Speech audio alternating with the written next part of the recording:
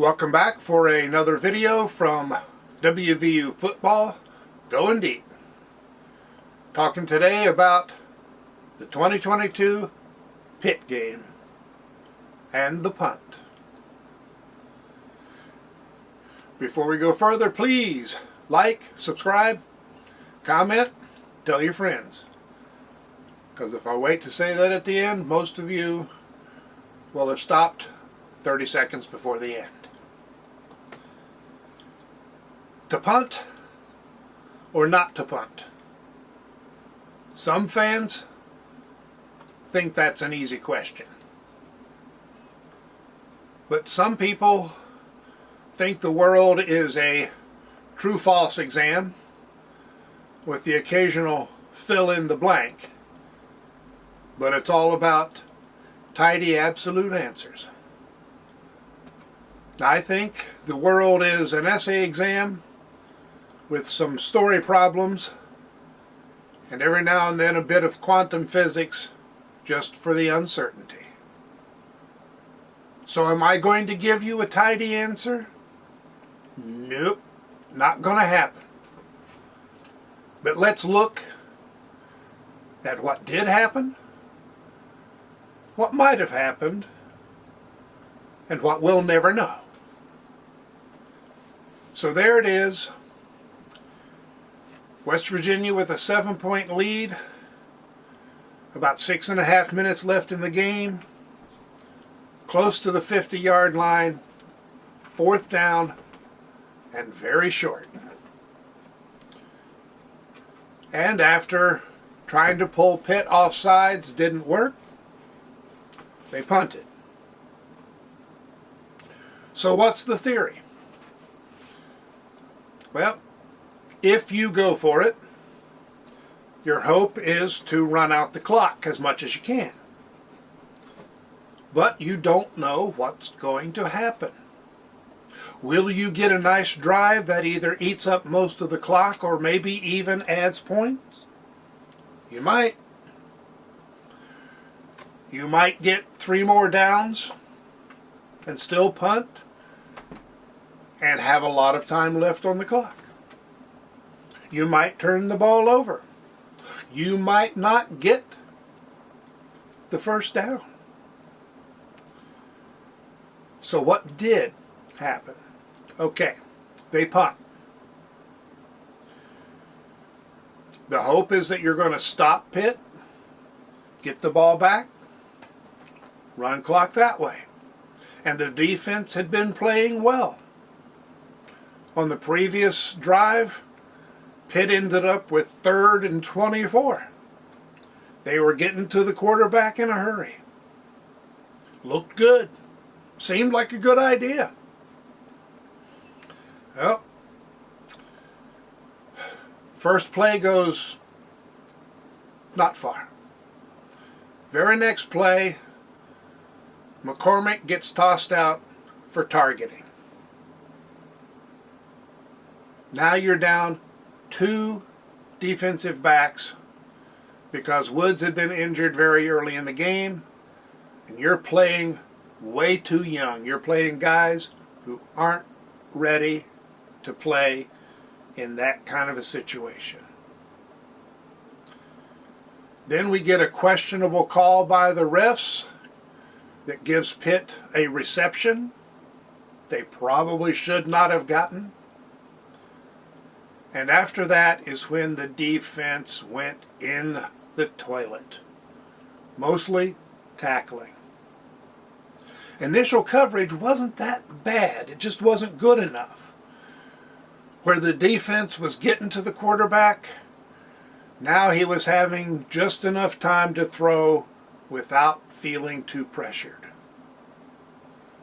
And the problem was missed tackle after missed tackle looked like they were trying to set a record. So next thing you know, game's tied.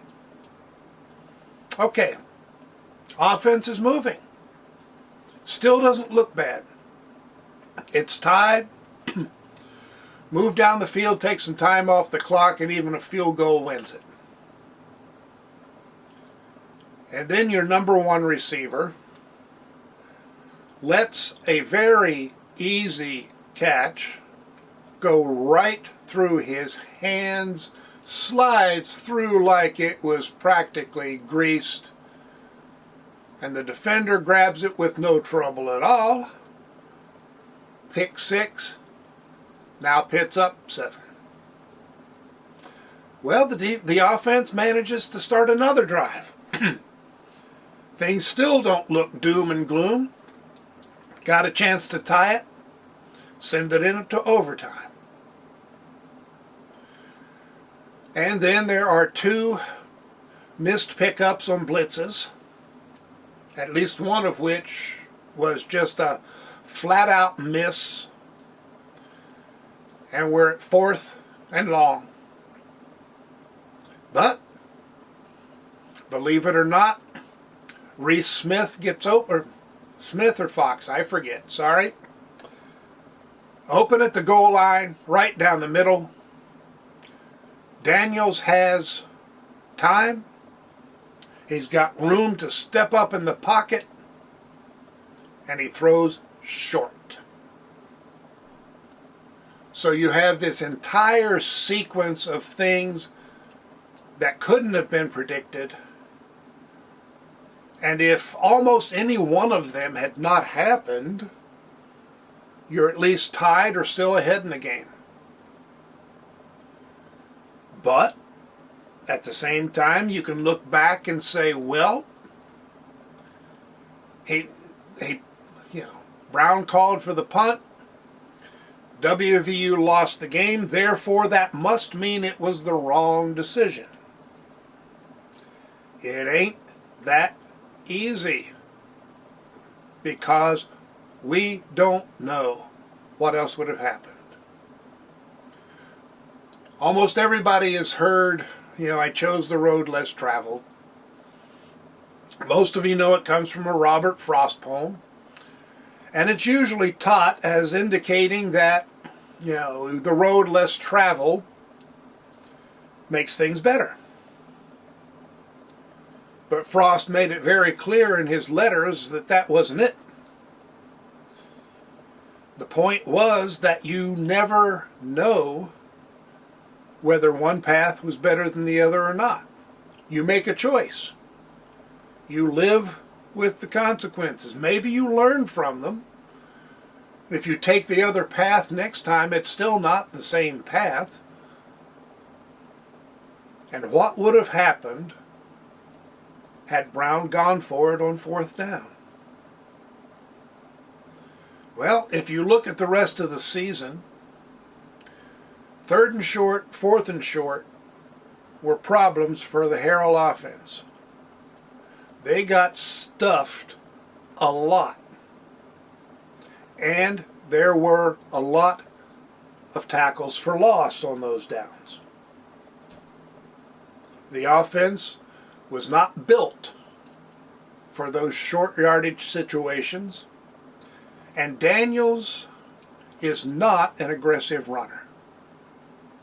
He will kind of dive in there, but he doesn't drive in there. And he had gotten a touchdown on a quarterback sneak a little earlier, but it wasn't really that impressive if you watch. He didn't do a lot.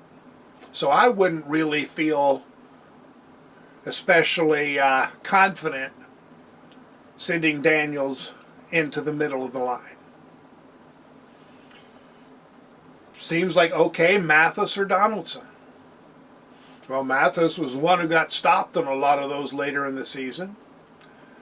Donaldson, hey man, if he makes it to the line and falls forward, he's got it. But there's that part about making it to the line. Pitt calls the right run blitz, stopped. And then Pitt's got the ball in WVU territory.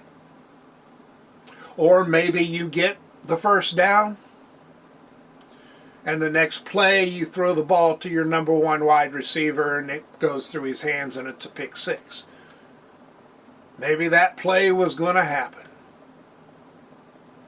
We don't No. There were other times Brown went for it, didn't get it. Times he went for it, got it.